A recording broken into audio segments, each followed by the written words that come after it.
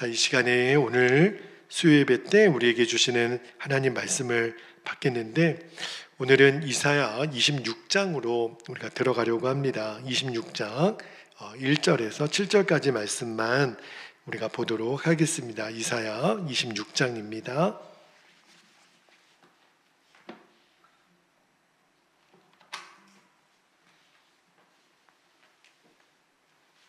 1절부터 교독하고요. 마지막 7절은 같이 읽겠습니다. 1절입니다. 그날에 유다 땅에서 이 노래를 부르리라.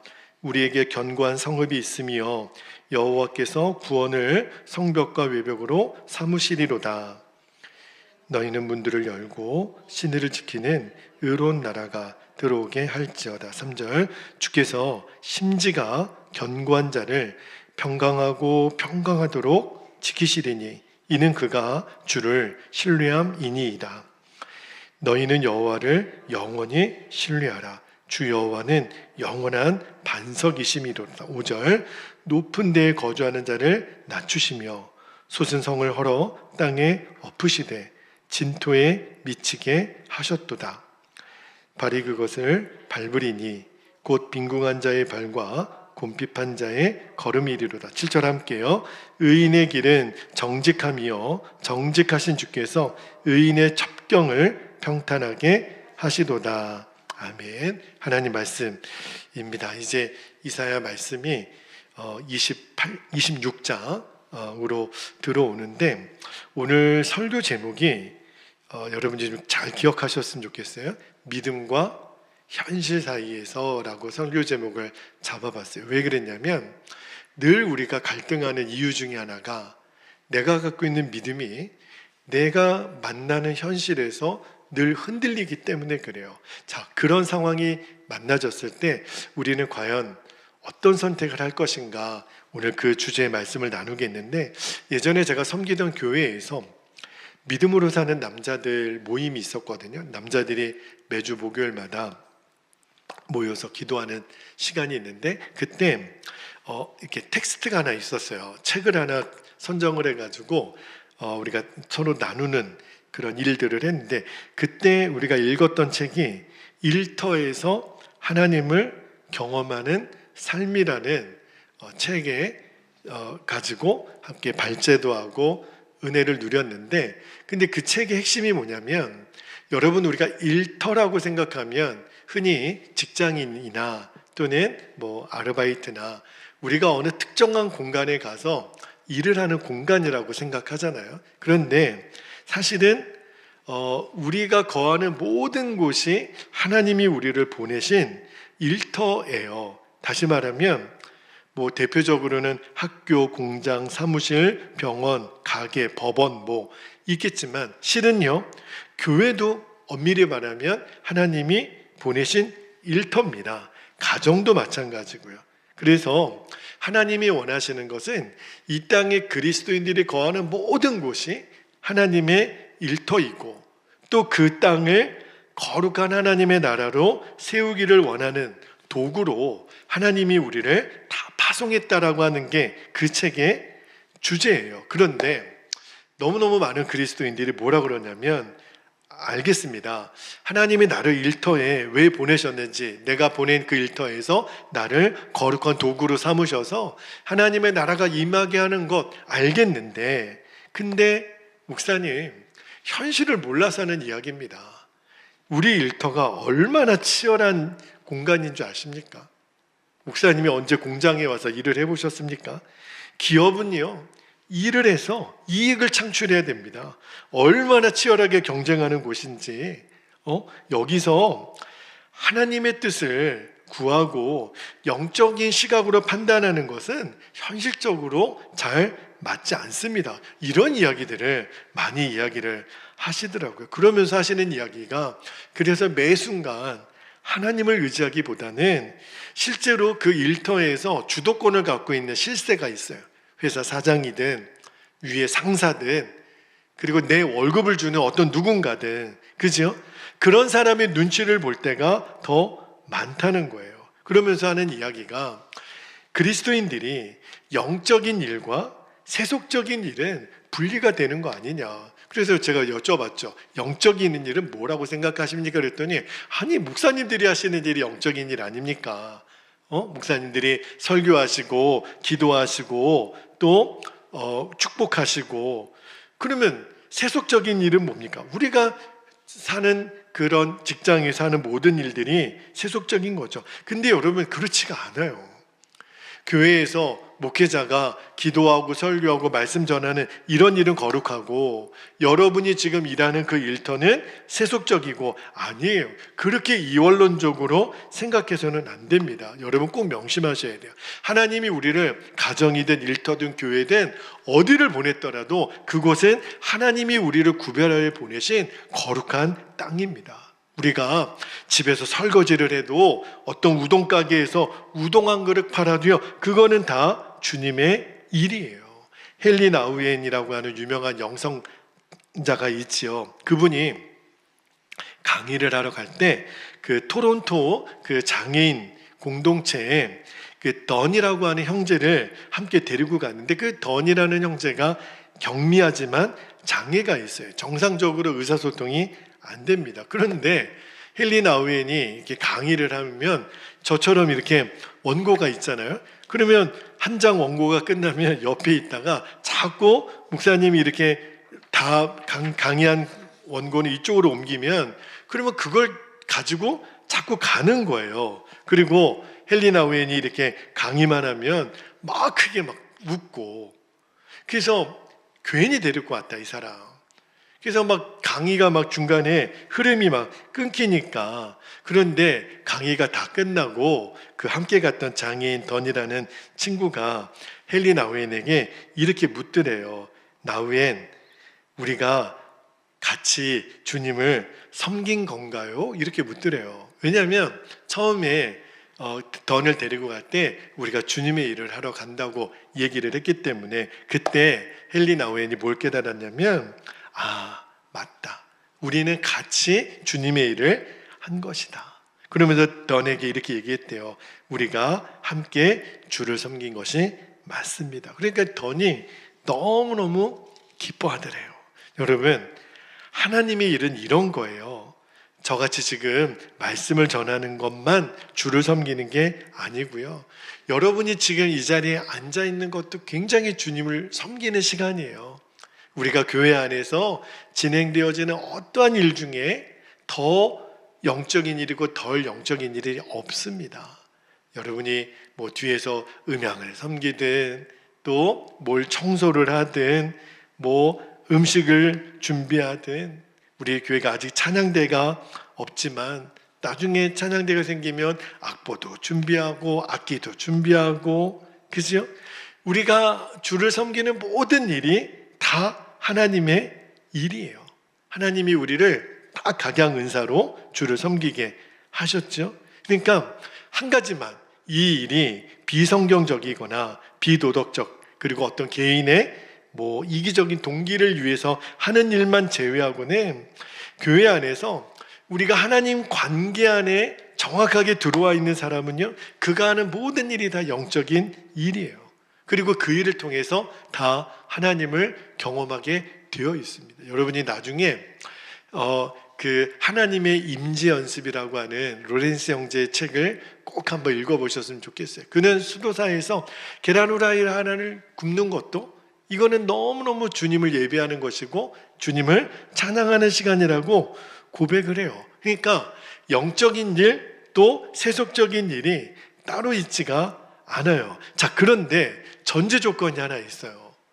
우리가 어떠한 일이든지 영적인 일이 되기 위해서는 내가 주님과의 바른 관계 안에 들어가 있는 상태이어야 돼요. 그러면 내가 주님과 지금 영적인 관계가 바르게 되어 있다, 이걸 어떻게 구별할 수 있죠? 이거예요. 오늘 설교의 주제인데, 제가 오늘 믿음과 현실 사이에서라고 설교 제목을 정했잖아요. 자, 믿음을 택할 것인가 현실을 택할 것인가, 그때 적어도 내가 고민을 할 수 있는 그런 상태는 되어야 합니다. 아무 생각 없이 현실을 덥석 선택하는 그리스도인들이 너무 많기 때문에 그래요. 그리고 궁극적으로는 현실이 아니라 믿음을 선택할 줄 아는 사람, 그 사람이 하나님과 바른 관계에 들어와 있는 사람이죠. 어느 교회에서 규모가 좀 큰 교회인데 식당 옆에 셀프 매점을 이렇게 오픈을 했다는 거예요. 셀프 매점이 뭐냐면, 자, 요즘 여러분 무인 판매대 있죠. 근데 무인 판매대는요, 이렇게 CCTV가 있고, 그리고 정확하게 내가 계산을 하지 않으면 물건을 가지고 나올 수가 없습니다. 만약에 그렇게 하면은 절도가 되죠. 그러면은 나중에 굉장히 큰 불이익을 당할 수 있는데, 자, 근데 교회에서 이렇게 누구나 이렇게 편리하게 물건을 가져다 놓고 누구나 이렇게 양심껏 돈을 내고 가져갈 수 있도록 그렇게 했는데, 근데 문제는요, 사람들의 반응이에요. 교인들의 반응이에요. 자, 내가 뭔가를 내가 지금 사고 싶은데 돈이 없어요. 그러면 어떻게 해야 되죠? 물건을 가져가면 안 됩니다. 그게 사실은 원칙이에요. 그런데 사람들 생각에 내가 오늘 가져갔다가 다음 주에 돈 내면 되지. 근데 다음 주가 돼서 내가 그 물건을 가져왔다라는 것을 까맣게 잊어버리는 거예요. 그리고 어떤 사람은요, 1,000원을 내고 2개를 가져가는 거예요. 1개만 가져가야 되는데, 자, 결국은 이 나중에 물건을 가져다 놓은 그 전체 값이 있을 거 아니에요? 그리고 실제로 거기 돈 놓는 곳에 얼마나 들어왔는지 비교를 해보니까 물건값하고 들어온 돈하고 딱 맞지가 않는 거예요. 여러분, 이거를 어떻게 해석해야 될까요? 그죠? 여러분, 누군가는 양심을 속이고 있다는 거잖아요. 근데 누구도 몰라요. 거기는 뭐 CCTV를 달거나 그렇게 하지 않았거든요. 왜냐하면 성도들을 믿고 그렇게 이제 무인 판매대를 해놓은 거니까. 자, 여러분, 저와 여러분 같으면, 자, 이렇게 무인 판매대가 있어요. 그러면 내가 얼마든지 물건을 가져갈 수 있어요. 아무도 몰라요. 그러면 나는 정직하게 정말 그 값 그대로만 물건을 놓고 나는 그 필요한 것만 가져올 수 있을까? 여러분들은 그렇게 할 수 있을 것 같죠? 다 그렇게 하리라고 우리가 서로를 믿고 싶지만, 그런데 결국은 돈의 차이가 이렇게 난다라는 거예요. 누군가는 양심을 속이는 사람이 있다는 거죠. 자, 제가 왜 이 이야기를 여러분에게 이렇게 인용을 했냐면, 작은 것에서부터 우리는요, 우리의 믿음은 현실에서 시험을 받아요. 그러니까 오늘 설교의 핵심은 이거죠. 우리가 현실과 믿음 사이에서 어떤 그런 선택의 요청을 받을 때 내가 믿음 쪽에서 선택할 수 있기를 주님의 이름으로 축복합니다. 당장은요, 내가 배고프고 불이익도 당하고 손해 볼 수 있겠지만 하나님이 내가 정직하게 믿음을 선택하면 반드시 채워주시고 갚아주실 거다. 그 믿음으로 오늘 저와 여러분이 서게 되기를 축복합니다. 자, 오늘 본문 1절에 보면 이런 말씀이 나와요. 그날에 유다 땅에서 이 노래를 부르리라. 우리에게 견고한 성읍이 있으며 여호와께서 구원을 성벽과 외벽으로 삼으시리로다. 이게 무슨 말이냐면, 여기 그날의 유다 땅에서 노래를 부르리라. 그날이 언제죠? 끝까지 악의 세력과 타협하지 않고 믿음을 지켰던 하나님의 백성들이 하나님을 찬양할 때가 올 거라는 거예요. 아무리 시대가 어두워도 끝까지 하나님의 나의 힘인 것을 믿고 악과 타협하지 않았을 때 하나님이 오늘 약속해 주시는 거예요. 너희들에게 구원을 성벽과 외벽으로 삼으시리로다. 반드시 너희를 구원하리로다. 그 말씀을 하시는데, 그런데 이제까지 우리가 이사야를 쭉 읽어왔지만 유다 백성들은 그렇게 생각하지 못했어요. 믿음만 가지고서는 안 되겠다. 힘이 있어야지. 현실도 생각해야지. 그래서 우리 힘으로는 지킬 힘이 없으니까 자꾸 강대국을 의지했어요. 애굽을 의지했고 아수르를 의지했고, 그리고 그들은 믿음을 선택하기는커녕 당장 현실은요, 우상을 숭배하는 것을 서슴지 않고 선택을 했어요. 얼마나 하나님 앞에 교만하고 완악한 마음으로 살았는지. 특히 이사야 우리가 3장 읽을 때 보았지만 시간이 없어서 다 읽지는 않겠지만 그들이 의지했던 목록이 쭉 나오죠. 양식과 물과 용사와 전사와 재판관과 복술자와 귀인과 모사, 그들을 의지했다고 성경은 말씀을 해요. 그러니까 의로운 삶을 선택하기보다는 지나칠 정도로 현실적인 안목으로 세상을 살아온 겁니다. 여러분, 우리가 종종 그런 말 하죠. 뭘 이렇게 결정할 때 현실을 봐야지, 현실을 직시해야지. 어제도 이렇게 어떤 회의의 자리에 제가 다녀온 시간이 있었는데 우리들의 대화의 주제가 늘 우리는 현실이에요. 어떤 재정과 현실 사이에 그것이 우리에게 용납이 안 되면 선뜻 뭔가를 결정하기가 어려운 구조 속에 우리가 있는 것을 봐요. 저도 예외는 아닙니다. 물론 현실적인 안목이 필요하죠. 그런데 주님이 오늘 이 밤에 우리에게 원하시는 것은 현실적인 안목보다 더 중요한 안목이 있는데 그게 바로 영적인 안목이라는 거예요. 그러니까 현실보다 믿음을 선택할 수 있는 영적인 안목이 오늘 이 밤에 저와 여러분에게 열리기를 축복합니다. 한 번은 엘리야가 있는 도단성에 수리아 군대가 쳐들어왔죠. 그러니까 막 그 성을 둘러싸고 있으니까 엘리야의 종 그 게하시가 막 그 스승을 깨우잖아요. 그러니까 엘리야가 저 게하시의 눈을 열어달라고 기도를 하죠. 그때 게하시의 눈이 열리니까 그 군대를 둘러싸고 있는 뭐가 보여요? 불말과 불병거들이 보이는 거예요. 그러니까 예루살렘은 군사력 때문에 안전한 도시가 아니었고 하나님의 불말과 불병거들이 지켜준 도시 아닙니까? 그런데 어찌하여 하나님이 불말과 불병거로 이렇게 도와주셨고 지켜주셨던 예루살렘의 이 구멍이 뚫렸을까? 이거예요. 믿음이냐 현실이냐 이 문제를 유다 백성들이 극복을 못한 거예요. 자, 우리에게도 똑같습니다. 오늘 말씀은 우리에게도 믿음을 선택할 것이냐 현실을 선택할 것이냐 이 둘 사이에 어떻게 하면 우리가 믿음을 선택할 수 있을 것인가, 그 도전을 세 가지를 주시는데, 자, 첫 번째입니다. 믿음과 현실 사이에서 당연하지만 믿음을 지키라는 거예요. 자, 2절 말씀을 한번 볼게요. 2절에 보니까 너희는 문들을 열고 보세요. 신의를 지키는 의로운 나라가 들어오게 할지어다 그랬어요. 여기 신의가 지금 우리로 표현하면 믿음이지요. 신의를 지키는, 이 말은 믿음을 지키는 의로운 나라가 들어오게 하라. 왜 이런 말씀을 하셨을까요? 지금 이스라엘 백성들은요, 이 세상에서는 힘이 최고라고 믿었어요. 믿음으로 애쓰는 게 현실 앞에서 너무 무력하다는 것을 그들은 경험했거든요.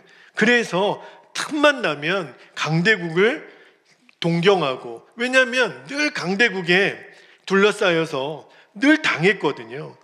하도 그게 반복이 되다 보니까 우리에게는 믿음보다 힘이 있어야 돼, 군사력이 있어야 돼. 그런데 오히려 그것 때문에 이스라엘 백성들이 결정적으로 망하게 되었다고 성경은 이야기하는 거예요. 여러분, 우리가 해결하기 어려운 가장 어려운 부분이 바로 이 부분이에요.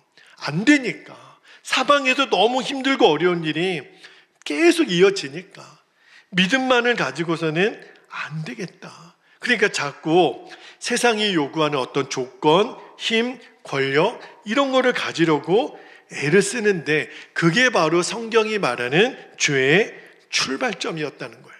이거를 이스라엘 백성들이 끊지를 못했어요.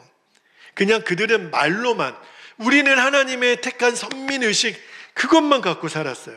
그러니까 이런 거죠. 나는 하나님의 백성이고 이미 구원 받았으니까 이런 자질구레한 죄는 괜찮겠지. 아닙니다, 여러분. 굉장히 무서운 생각이에요. 예수님을 믿어도 우리가 죄를 짓습니다. 로마서 8장 23절에 보면 우리 몸은요, 예수님 다시 오실 때 그때 온전히 구원받는다고 말하잖아요.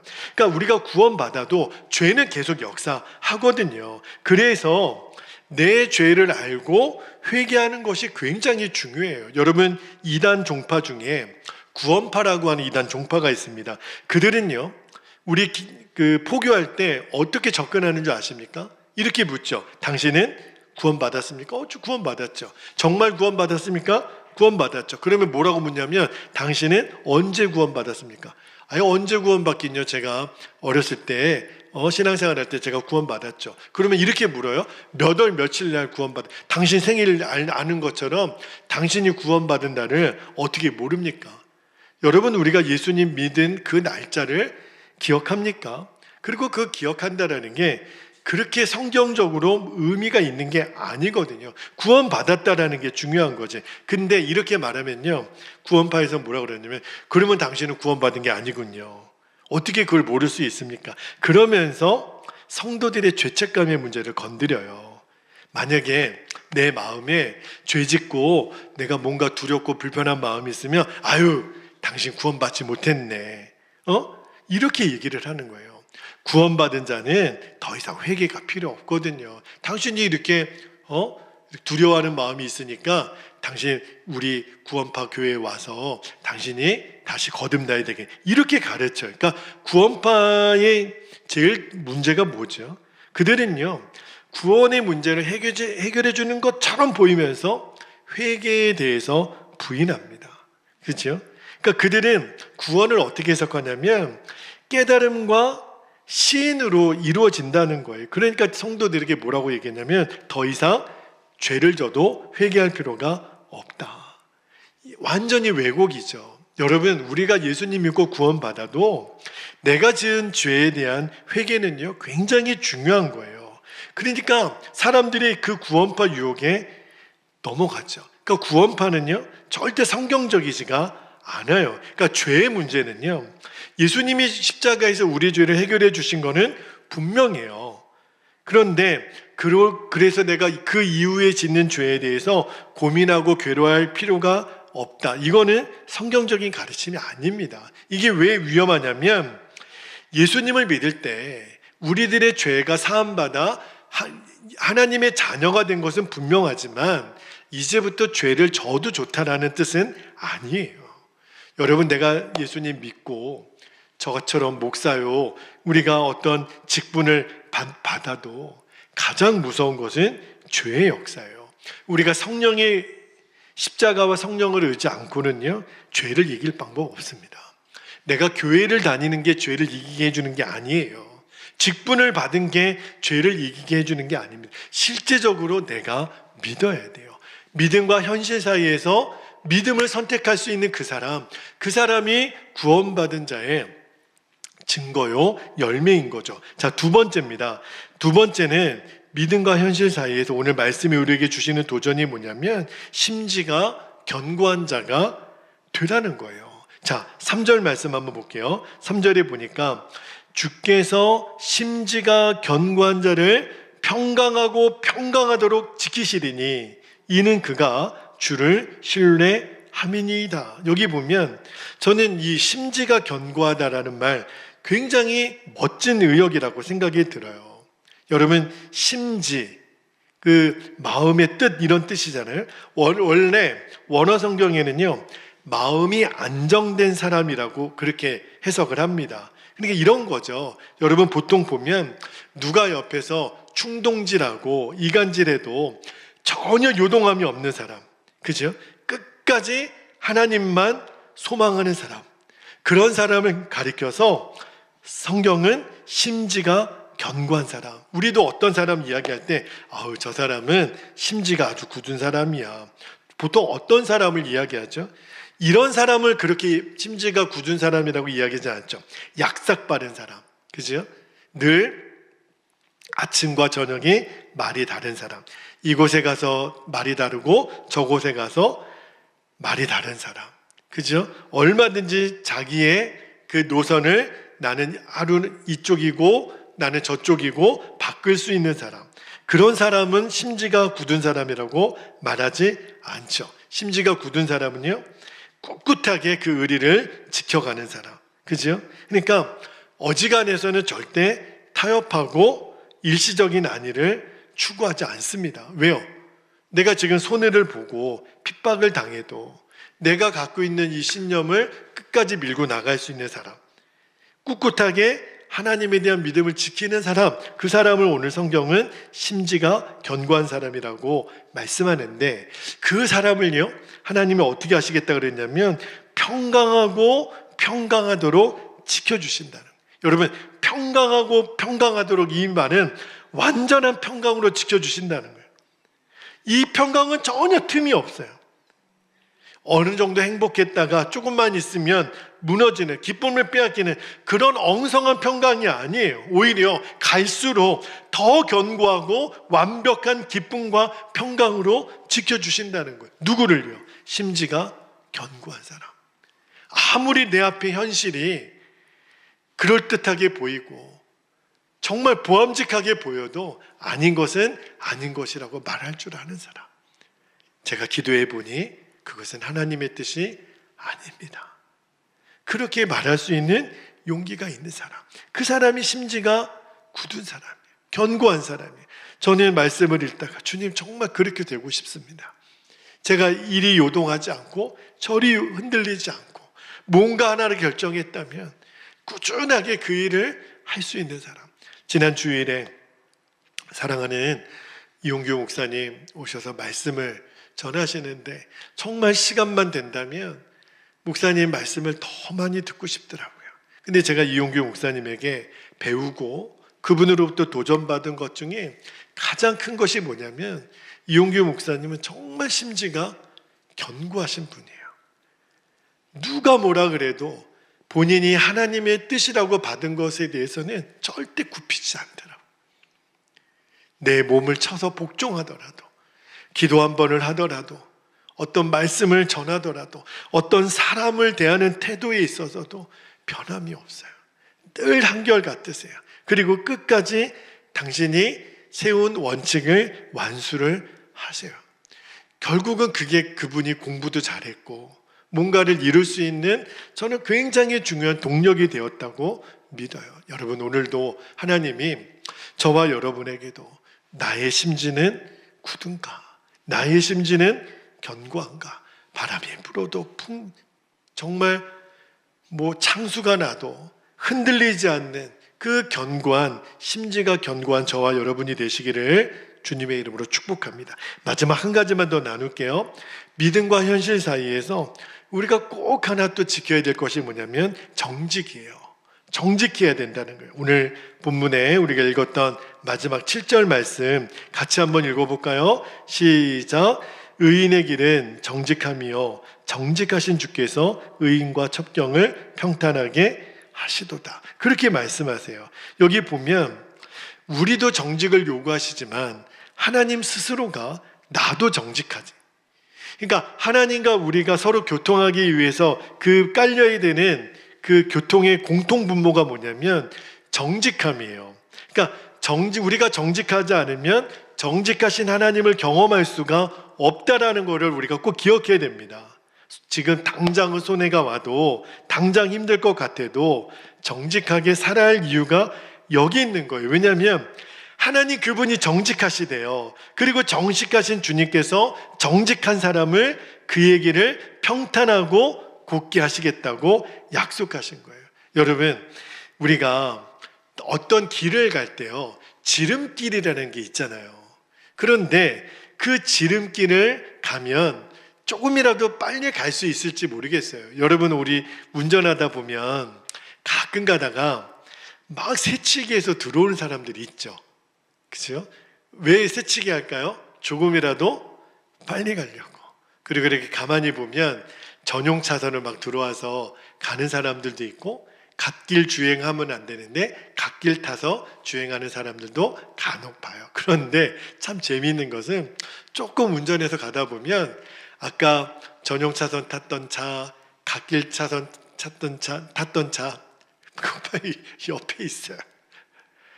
아무리 빨리 간다고 그렇게 애를 쓴들 얼마나 빨리 가겠어요? 몇 분 빨리 가겠어요? 여러분, 이 악한 자의 특징이 뭐냐면 지름길을 가면 수단과 방법이 틀리더라도 내가 빨리 그 목적지에 갈 수 있다면 내 수단과 방법을 얼마든지 합리화할 수 있는 그런 생각을 갖고 있는 사람이 악한 자예요. 여러분, 예를 들어 직장에서 승진을 해야 돼요. 그러면 이렇게 악한 사람 또는 약삭 빠른 사람들은 승진할 때 어떻게 하죠? 일단 그 결정권자를 갖고 있는 그 상사에게 뇌물을 바치고 그분이 좋아하는 뭔가를 대접하고, 그죠? 똑같은 성과가 아니라 이렇게 참 사람이 팔은 안으로 굽는다고 그렇게 막 뇌물을 받고 그런 어떤 술수를 쓰고, 그런 사람들이 만약에 승진을 했다고 한번 칩시다. 그런데 나는 정직하게 절대 뇌물 바치지 않고 술자리 같은 데 가지 않고 나는 정직하게 내 할 도리만 다 했는데 승진해서 누락됐어요.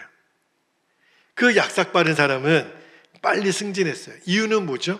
줄타기를 잘한 거죠. 그런데 여러분, 옛날에 우리 동아줄 얘기 기억나시죠?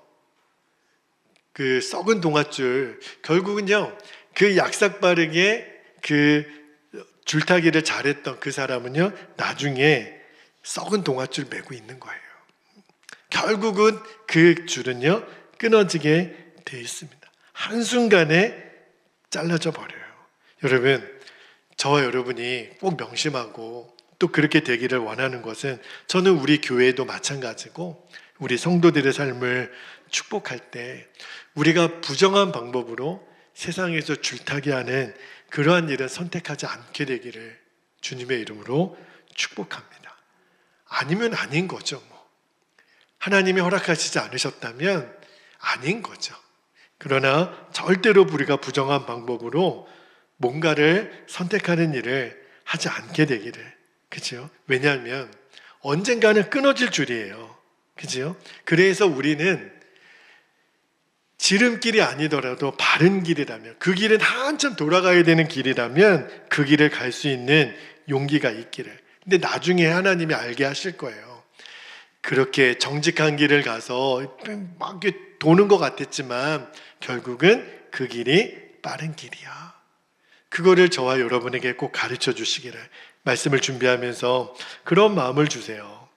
우리의 삶 속에 너무너무 이 악한 사람들이 자꾸 실세가 되고 그들은 성공하는 것 같고, 그래서 우리들의 믿음이 도전을 받을 때, 그죠? 자꾸 저렇게 해야 성공하는 거 아니야? 그죠? 우리가 자꾸 우리의 믿음이 현실을 택하려고 하는 유혹이 올 때, 그게 가장 무서운 시험이라는 것을 우리가 꼭 기억했으면 좋겠어요. 적어도요. 저는 우리 성도들이 이러면 안 되는데, 내가 이 믿음과 현실 사이에서 내가 적어도 한 번쯤은 고민이라도 할 수 있는 사람이 되었으면 좋겠어요. 아무 생각 없이 우리가 너무너무 현실을 덥석덥석 잡으니까 아무런 꺼리낌 없이 그런 연약한 자가 되지 않기를 축복합니다. 오히려 믿음과 현실 사이에서 내가 현실을 타협하지 않고 오히려 그로 인해서 내가 손해당할 때, 내가 어떤 불이익을 당할 때 그때 기뻐할 수 있는 저와 여러분 되기를 축복합니다.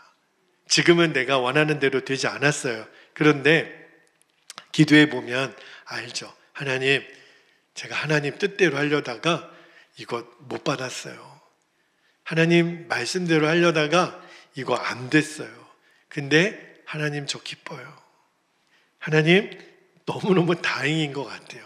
하나님 뜻대로 안 했는데 잘 됐으면 저 엄청 무서운 사람 됐을 것 같아요.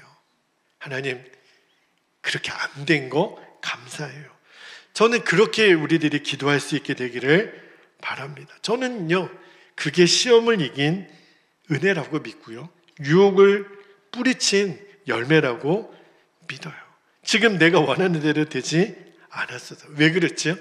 하나님 살아계시니까, 하나님이 지금 지켜보고 계시니까. 1절 말씀처럼 하나님이 그 견고한 성읍을 우리가 바라보고 나아가면 그날이 왔을 때 너희들이 그 노래를 부르게 될 거야. 구원의 노래를 부르게 될 거야. 여러분, 우리의 믿음의 가는 길이 방향만 정확하다면 그러면 우리는 그 목적지에 도달할 수 있어요. 느리게 가면 좀 어때요? 천천히 가면 어때요? 바르게 가다가 하나님 뜻만 이루어질 수 있다면, 그래서 더 이상 믿음과 현실이 갈등이 되는 사람은 저는 희망이 있다고 보는 거예요. 그런데 갈등 없이 현실을 택했던 우리가 이제는 갈등 없이 믿음을 선택하는 저와 여러분 되기를 축복합니다. 적어도 갈등의 씨름은 있어야 돼요.